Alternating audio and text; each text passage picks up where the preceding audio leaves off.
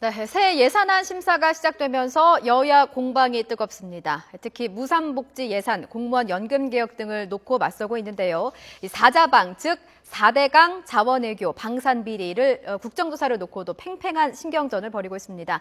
장송호 배재대 교수, 이종훈 정치평론가와 함께 전국 이야기 나눠보겠습니다. 두 분 어서 오세요. 네, 안녕하세요. 네, 안녕하세요. 네. 무상복지 문제부터 좀 얘기를 해보겠습니다. 저희가 먼저 청와대와 야당의 목소리를 준비했는데 목소리 듣고 이야기 나눠보겠습니다. 누리과정은 유아교육법, 그리고 영유아교육법, 그리고 지방교육재정교부분법에 의해서 반드시 편성을 하고 관리를 하도록 되어 있습니다. 반면에 이 무상급식은 법적인 근거가 없이 지자체와 지방교육청이 재량에 의해서 하도록 되어 있는 사업입니다. 그런데 지금 상황에 무상급식과 이 보육, 특히 누리과정에 대한 서로 비교를 한다는 자체가 상당히 무리가 있다. 대통령과 새누리당은 자신들의 공약 파기 책임을 호도하기에 앞서서 부끄러운 대한민국의 복지 현실, 특히 우리 어린 아이들의 참담한 현실을 직시하고 반성해야 합니다. 누리과정 0세부터 5세 무상 보육 국가 완전 책임제는 박근혜 대통령과 새누리당의 공약입니다. 약속입니다. 네, 얼핏 들으면요, 두 사람이 좀 같은 이야기를 하고 있는 것 같기도 한데 사실은 속내가 좀 다르지 않습니까? 일단 청와대 입장은요, 무상급식은 지방의 재량이다. 그리고 네. 무상보육은 국가가 해야 할 일이다. 이렇게 강조를 하고 있고 새정치민주연합의 우윤근 대표는 무상보육과 무상급식 모두 국가가 책임져야 한다. 이런 말이거든요. 자, 양측의 입장이 조금 다릅니다. 어떻게 보십니까? 글쎄요. 저건 결국은 돈이 문제인데 네. 금방망이라도 있으면 저기 다 해결될 것 같은데 우리 자본주의 사회에서 공짜가 어디 있겠습니까? 네. 근데 국민들은 이것을 무조건 주면은 좋다고 일단은 인식이 되고 그리고 중요한 것은 여야가 지난 대선을 앞두고 포퓰리즘을 폈기 때문에 지금 새누리당이 박근혜 후보가 한 것이 197조 그리고 136조고 예. 그리고 문재인 후보가 지금 공약한 복지 공약이 197조 정도 됐고 예. 그리고 지금 올해 367조의 정기국회에서 내년도 예산 중에서 복지 예산이 110조 정도밖에 안 됩니다. 예. 그러면 결과적으로 보면 대선 때 공약한 것보다 반 정도밖에 복지가 지금 확대가 됐어도 그 정도로 보면 우리가 이 국민의 먹고 사는 문제 아주 중요한 거 아닙니까? 이것이 어떤 여러 가지 방법적 문제도 있지만 여야가 정략적으로 접근하는 것이 아닌가. 예를 들어서 국정 철학이라든가 그리고 정체성, 지지 기반, 그리고 앞으로의 전국의 주도권을 이것을 빌미로 해서 복지를 놓고 지금 정쟁을 벌이고 건전하게 하는 것은 좋지만 네. 이것이 너무 국민들과 별도로 자신들의 어떤 헤게모니 쟁탈전으로 가는 것은 결국은 피해를 또 국민이 진다고 봅니다. 예, 어떻게 보셨어요? 네, 이 문제를 놓고 지금 정부 여당이 한 측, 그리고 이제 야당이 한 측, 이래서 지금 다투고 있는데요. 네. 일단은 국민 입장에서 봐야 되겠죠. 그러니까 그런 보육 자녀가 있는 집 위주로 일단 봐야 될 것 같고 그렇게 본다고 했을 때는 지금 사실은 정부 여당하고 야당이 다 지금 힘을 합쳐서 해결해야 되는 문제입니다. 이 문제는 예. 기본적으로 아마 결국은 그렇게 중앙정부하고 지방정부가 예산을 이제 나눠서 분담할 수밖에 없는 상황인데 그 비율을 지금 놓고 힘겨루기를 하는 게 아닌가 저는 그런 생각이고요. 예. 근데 이 문제가 기본적으로 촉발된 것이 입법 불비로부터 시작이 됐거든요. 예. 그러니까 법에 규정되어 있는 내용하고 시행령하고 규정 내용이 다릅니다. 그러다 보니까 지금 문제가 유발된 그런 측면이 분명히 있기 때문에 네. 이거는 우선적으로 정부 여당이 사실은 입법 불비 상황부터 해결을 해야 되는 거죠. 예. 근데 그런 의무를 내버려 두고 이걸 가지고 자꾸 지방 정부에다가 책임을 묻는다든지 야당의 얘기가 좀 잘못됐다라든지 이런 식으로 이야기하는 것은 잘못돼 있다 이렇게 네. 좀 생각을 하고 지금 시행령에 보면 기본적으로 이게 교육청 또는 지방 정부가 예산을 이제 책임지도록 돼 있습니다. 그런데 원래 모법은 그게 아니거든요. 모법은 또 지방교육재정 지원 대상이 지금 학교로 돼 있는 상태. 네. 궁극적으로는 이 시행령에 맞게끔 법안도 지금 바꿔야 되는 거고요. 그 전에 예산 부분도 중앙정부하고 지방정부 간에 어떻게 할 건지 서로 논의가 돼야 되는데 그런 논의가 없이 지금 서로 지금 책임을 미루는 그런 상황이라는 거죠. 근데 1차적인 책임은 일단은 그 정부 그리고 국회에 있다. 그러니까 여야가 이걸 지금 다툴 문제가 아니고 빨리 문제 해결을 하기 위한 입법 조치들을 취해야 한다 이렇게 생각을 합니다. 다툴 문제가 아닌데 다투고 있습니다. 네, 그러게요. 양당의 입장이 좀 다른데 각 당이 원하는 바는 도대체 뭐기에 이렇게 입장이 다른 걸까요? 좀 정리를 좀 해주시죠. 서두에 제가 말씀을 드렸듯이 이것은 여야의 정략적인 것이 바탕이 되는 것이 근본적인 것이고, 그리고 복지 문제가 앞으로 또 예산과 하고 내년도에 이어져서 계속 이것이 또 이슈화될 가능성이 많습니다. 네, 그렇죠. 그래서 결국은 이것이 이제 복지의 팽창이 지금 이제 복지 포퓰리즘으로 지금 변환돼서 온 거 아닙니까? 유럽이라든가 서구에서는 이미 복지의 팽창을 끊없이 추구하다가 지금 라틴 아메리카라든가 그리스라든가 이런 파탄의 지경까지 오고, 지금 유럽에서의 개혁이라는 것은 복지 축소가 오히려 정치 개혁으로 이렇게 탈바꿈하고 있는 이 시점에서 우리는 아직까지 복지 포퓰리즘에 지금 여야 정치권이 휩싸이고 있는 것 같고, 복지의 팽창이라는 것은 높은 경제 성장과 낮은 실업률에 있을 때 이것이 가능한데, 우리가 지금 글로벌 경제 위기에다가 그리고 높은 실업률 뭐 이런 거 취업난이 지금 대단하지 않습니까? 이런 데서 아직까지 지금 우리가 이 복지를 가지고 있다는 것은 국가가 조금 개입을 할 단계가 됐다 저는 봅니다. 그래서 복지 포퓰리즘은 사실 언제든지 나오는 얘기고요. 지금 이 상황에서 사실 그 뭐 예산 심사도 시작이 됐고 이제 어쨌든 정쟁이 있지 않습니까? 양당이 분명히 원하는 게 있을 거란 말이죠. 정확히 어떤 걸 원하기에 서로 이렇게 싸우는 건지 그게 궁금하거든요. 그러니까 집권 여당으로서는 사실은 국간을 보면 복지 그 무상급식이라든가 이런 것하고 여러 가지 예산을 볼 때 무상급식 할 돈이 사실은 상당히 부족한 거죠. 그래서 국간을 책임지고 있는 입장에서 책임 있는 말을 할 수밖에 없고, 야당의 경우는 책임보다는 오히려 여당한테 강한 압박을 할 수 있는 여러 가지, 물론 국민 편에서 얘기할 수는 있는 겁니다. 그래서 여당과 야당이 근본적으로 자신은 곡간키를 쥐고 있는 입장하고, 야당에서는 곡간키와는 무관하게 국민들한테 보다 많은 혜택을 주자, 이런 것을 주장하는 것이 대충돌한다고 보는 거죠. 네, 자, 양당의 속내 어떻게 보세요? 그러니까 정치적으로는 이렇죠. 그러니까 여당 쪽에서는 무상 시리즈가 잘못됐다라는 지적을 지금 하고 싶은 겁니다. 그러니까 무상 복지가 잘못됐으니까 그걸 그만둬라 하는 이제 정치적인 그 메시지를 지금 던지고 있는 거고요. 그 반면에 야당 쪽은 이제 무엇이냐 하면 결국 대통령이 공약 파기한 거 아니냐. 지금 이렇게 지금 정치적으로 서로 지금 몰고 가고 있는 거죠. 근데 조금 전에 말씀드렸듯이 이 문제는 결국은 중앙정부하고 지방정부가 서로 현명하게 분담을 좀 해야 되는 그런 그 상황이기 때문에 여야가 궁극적으로 다툴 문제는 아니다. 그런데도 지금 다투고 있는 것은 역시 조금 전에 말씀드린 그런 정치적인 배경이 있는 것이고요. 좀 더 크게 보자면 예산안 심의와 관련해서 지금 야당 쪽에서 보는 시각하고 그 여당 쪽에서 보는 시각이 근본적으로 좀 다르지 않습니까?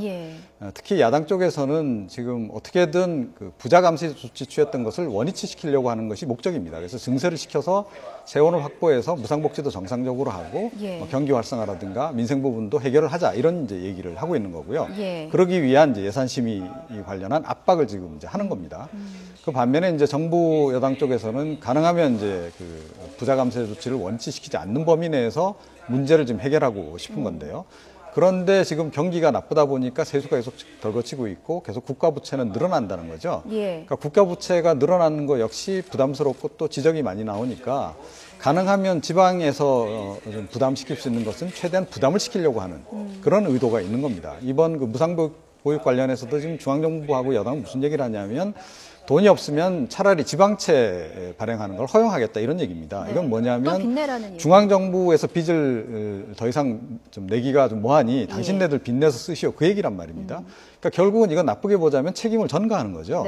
이런 것도 좀 문제다. 그래서 이 사실은 여야가 힘겨루기를 하고 있는데 제가 보기에는 양쪽에서 조금씩 양보를 해야 될 부분이 분명히 있고, 전체적으로 보자면 6대4 정도로 지금 정부 여당이 조금 더 양보를 해야 되지 않나, 이런 생각입니다. 제가 보기에는 여당과 야당이 지금 면피하기 위해서 서로 지금 발 빼는 작전을 지금 하기 위해서 지금 서로 정쟁을 하는 거 아닙니까? 애초에 표를 위해서 그냥 대단하게 큰 액수로 약속을 하고 지금 하려고 보니까 예산이 없고, 그렇다고 또 증세를 하다니 나쁜 놈이 되는 거고, 그러니까 서로 지금 여기에서 한 발 뛰겨나서 유탄을 맞지 않게 하기 위한 전략적인 것밖에 없고 그쵸. 중요한 것은 우리가 복지재정 지출 규모를 정할 때 국민적 합의를 한 적이 없습니다. 예. 정말 정부에서 대선 후보들이 일방적으로 공약으로 내세워서 이것을 지금 시행을 하는 거 아닙니까? 정권 차원에서도 계속 시행해 왔고 예. 그렇기 때문에 재원 조달 방식이 일반 사회보험처럼 수익자 부담 원칙이 되면은 좋은데 우리 이 무상복지라는 것은 이런 수익자 부담 원칙이 아니고 일반 조세 방식으로 해서 여기는 당연히 증세가 따른다는 것을 일반 국민들은 간과하고 있고 네. 이것을 국가가 일방적으로 준다. 그러면 국가가 일방적으로 줬던 유럽이라든가 서구에서의 복지 정책이 지금 어떻게 돼 있습니까? 예. 가족이 해체되고 그리고 이웃 공동체가 와해됐습니다. 결과적으로. 네. 그래서 우리 복지와 관련해서 우리는 어떤 가장 오래된 사회보장 테두리 안에서 가족 중심적인 그리고 충과 효 이런 것이 가정 중심적인 어떤 사회보장법 아닙니까? 이런 것들이 지금 와야 될 가능성이 있다. 그렇기 때문에 지금 국간도 비고 예산도 어렵고 증세도 어렵고 경제도 어렵고 이 시점에서 여야가 발빼기 작전만 하지 말고 예. 현실적인 대타협을 하는 게 좋다고 봅니다. 알겠습니다. 뭐 일단 기한 안에 좀 예산안을 처리할 수 있었으면 하는 마음이 있고요. 정쟁은 더 이상 그만하고 저희가 사자방 문제도 좀 얘기를 해봐야겠습니다. 사자방, 그러니까 4대강이 있고요. 자원외교가 있고 방산 비리가 있거든요. 사실 이 4대강과 자원외교 이 두 가지는 이명박 정부의 핵심 사업 아니었습니까? 네. 그런데 전 정권을 겨냥하는 배경이 좀 궁금해요. 어떻게 보십니까? 네, 사실은 뭐 이 두 가지 사업 다 일단 문제가 많은 것으로 규명이 지금 되는 상황 아니겠습니까? 예. 감사원 보고서도 계속 나왔고 또 관련한 소송도 계속 전개가 됐고 그 과정에서 이제 비리도 많이 포착이 됐고요. 사자방 관련해서 특히 이제 그 4대강 사업 관련해 가지고는 추가적으로 지금 공정거래위가 그 건설회사들 간에 담합이 있은 게 또 밝혀지는 밝혀낸 그런 상황이란 말입니다. 예. 자, 이렇기 때문에 이 부분을 이제 언젠가는 짚고 넘어가야 되는데 지금 여당으로서는 약간 부담스러운 거죠. 그쵸. 아무래도 이제 이런 것이 정치적으로 어떻게 보면 국정 운영하는 데 있어서 약간 부담으로 작용할 수 있기 때문에 일단 좀 반대를 하는 것 같고요. 이제 방위산업 관련해서는 지금 대통령도 지난번에 그 여야 지도부 회동 당시에 문제 해결 의지를 좀 내비치지 않았습니까? 예. 그래서 아마 결국은 이 방산비리와 관련해서는 국정조사를 하게 될 것 같은데요. 그런데 지금 정부 여당으로서는 약간 시점이 문제인 거죠. 그러니까 지금 뭐 경제 활성화 관련한 법안이라든가 예산안 심의가 일단 초점인데 네. 자꾸 이 초점이 흐려질 우려가 있기 때문에 그걸 좀 피해서 아마 내년 2월 정도에는 그 야당의 요구를 받아들일 가능성이 있다라고 봅니다. 네. 그래서 방위산업 관련해서는 이제 국정조사가 거의 이제 확실하게 제가 보기엔 진행이 될 것 같고 나머지 이제 두 개가 문제인데요. 지난 정부 일이라 그래서 가능하면 좀 덮고 넘어가겠다. 뭐 그런 생각도 뭐 이해는 합니다만, 근데 지금 벌려놓은 또는 벌어진 또는 그동안 규명된 그런 그 비리 상황을 보게 되면 도저히 이게 그냥 넘어가기가 좀 힘든 그런 상황이 아닌가 이렇게 생각이 돼요. 그래서 네. 이 부분도 국회가 좀 적극적으로 좀 조치를 좀 취해야 된다. 개인적으로는 국정조사를 해야 된다는 생각입니다. 네, 근데 이제 특히 방산비리와 관련해서요. 야당은 네. 국정조사를 추진을 하고 있지만 새누리당은 국정조사보다는 이제 일단 TF를 먼저 꾸렸거든요. 예. 왜 그런 걸까요? 이제 감사원 방산비리 점검 TF를 꾸렸는데 예. 새누리당 입장에서는 어차피 집권 여당으로서 지금 적폐 아닙니까? 가장 대표적인 적폐가 방산비리라고 보는데 물론 뭐 사자방 전체가 적폐지만 그러나 일단은 현실적으로 내부적으로 해결 방안을 마련하고 네. 그리고 저는 반드시 이것도 국정조사에 들어가야 된다고 봅니다. 알겠습니다.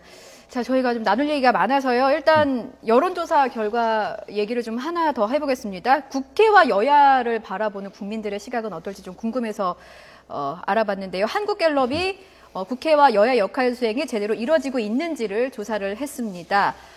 물었더니요, 잘못하고 있다는 응답이 이게 좀 잘못 나온 것 같습니다. 우선 응답이 89%가요. 잘못하고 있다는 응답이 나오고 있고 잘하고 있다는 응답은 6%인데요. 지금 보시는 그래픽은 새누리당, 여당의 역할을 잘하고 있나를 묻는 거였고 잠시 후에 다시 제가 전해드리고요. 자, 국회 역할 잘하고 있나 이 부분부터 보겠습니다. 국민 10명 중에 9명입니다. 89%가 잘못하고 있다라고 얘기를 했고 자, 다음 그래픽 한번 보여주시죠. 새누리당, 여당의 역할을 잘하고 있나라는 질문에 대해서는 61%가 잘못하고 있다. 그러니까 10명 중 6명은 지금 여당을 질타하고 있는 부분이고요. 자, 이번에는 야당이 잘하고 있나라는 조사에서는 80%가 잘못하고 있다. 뭐 10명 중에 8명. 그러니까 여야 불문하고 다 잘못하고 있다라는 대답이거든요. 부정적인 답변이 뭐 월등히 높습니다. 이런 평가가 나왔는데 어떻게 보십니까? 그렇죠. 정치를 없애면 되지 않습니까? 네. 정치를 없앨 수가 있습니까? 우리 정치 과정 중에서 정치라는 것이 우리가 인위적으로 만들어서 국가도 사실은 인위적으로 만들어서 우리 공동체를 이제 인간 사회가 이렇게 생활하기 위해서 만든 건데 특히 정치 과정 중에서 가장 핵심적인 것이 정당과 의회입니다. 그리고 특히 정당에 더 중요한 것이 뭐냐면 국민 의사를 의회에 전달하는, 의회에 전달할 때 어떻게 전달합니까?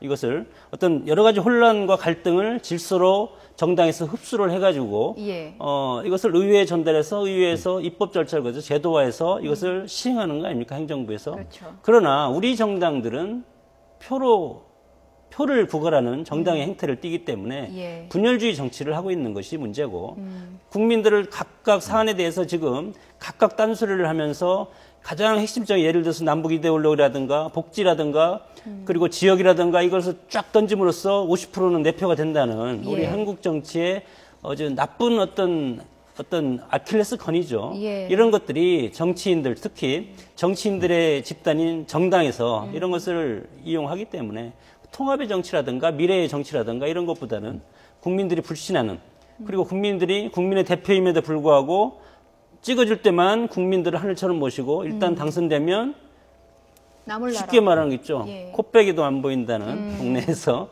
그런 말을 많이 듣지 않습니까? 그래서 근본적으로 정치인의 어떤 의식구조 그 자체가 저는 잘못했다고 봅니다. 네, 알겠습니다. 네, 뭐 참고로 사실은 뭐 그 고대 그리스 시절부터 정치인에 대한 평가는 언제나 부정적이었습니다. 그런데 이번 그 여론조사 결과는 제가 보기에는 세월호 전국에 대한 총평 같이 좀 느껴지고요. 세월호 전국에 들어가면서 사실은 정치가 거의 블랙홀에 빠지지 않았습니까? 그렇죠. 여야가 이제 정치력을 거의 발휘를 하지 못했고 논쟁으로 계속 일관했고 실제로 입법 실적으로도 그게 여실히 드러났단 말이죠. 지금 국회에 계류되어 있는 법안들만 거의 9,000건 가까이 지금 누적이 돼 있는데 그동안 처리한 건수는 뭐 한 100여 건 정도밖에 안 되는 그런 상황이란 말입니다.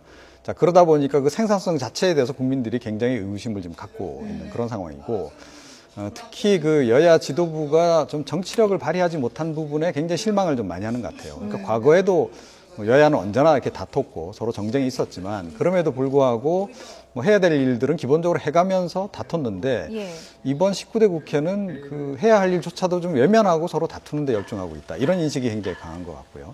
그리고 조금 전에 이제 여야 각각의 이제 그 평가도 나왔는데 특히 야당에 대한 불만들이 굉장히 많은 것 같습니다. 그러니까 여당에 대한 불만은 그래도 역시 그 압도적인 과반의 지위를 가지고 있으면서 좀 그 형님답게 그 좀 국회를 좀 현명하게 끌지 못한다 이런 이제 평가가 있는 것 같고요. 야당의 경우에는 지금 너무 사분오열돼 가지고 제대로 역할을 못 하고 있고 거의 정치력이 부족하다 못해서 정치력 제로 상태에 지금 있다라고 지금 보는 거죠.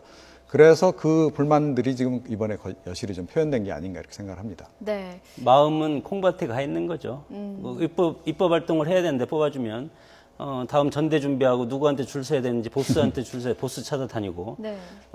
왜냐하면 저 썩은 동아줄을 잡으면 완전히 끝 아닙니까? 직업이 끝나니까 권력 지향적인 정치가 이렇게 만드는 것 같습니다. 네, 알겠습니다. 뭐 나눠볼 얘기는 참 많은데 시간이 여의치가 않아서요. 오늘 말씀은 여기까지 듣겠습니다. 장성호 배재대 교수, 이종훈 정치평론가였습니다. 말씀 고맙습니다. 네.